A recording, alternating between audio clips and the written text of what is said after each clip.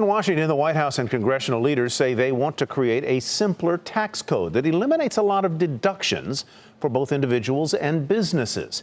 Now, many of those deductions are very popular, especially for the people and companies claiming them.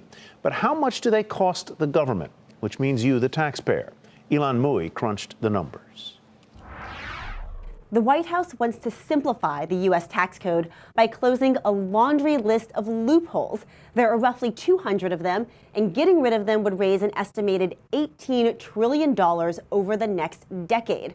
The Tax Foundation ranked the biggest carve-outs, and it found that most of the benefit by far goes to households, not corporations, $15.6 trillion versus just $2.7 trillion over the decade. The largest loophole for individuals is the ability to exclude employer contributions to your health care premiums from your income. In other words, you're not taxed on the money that they pay toward your medical benefits, and that's worth an estimated $2.9 trillion. The mortgage interest deduction, which always gets a lot of attention, that's actually number 5 on their list at $895 billion.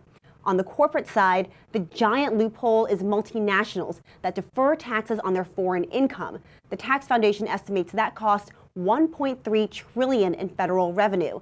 Accelerated depreciation is worth $164 billion, and there's also an incentive for companies to manufacture in America that's worth about $152 billion.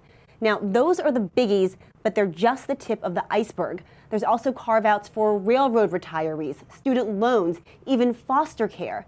The White House says that wiping out these loopholes will free up money to pay for an across-the-board tax cut instead, but it's extremely unlikely that they'll all go away. That's because there's a very vocal and often very valid constituency to fight for each one, and that's why they exist in the first place. For Nightly Business Report, I'm Ylan Mui in Washington.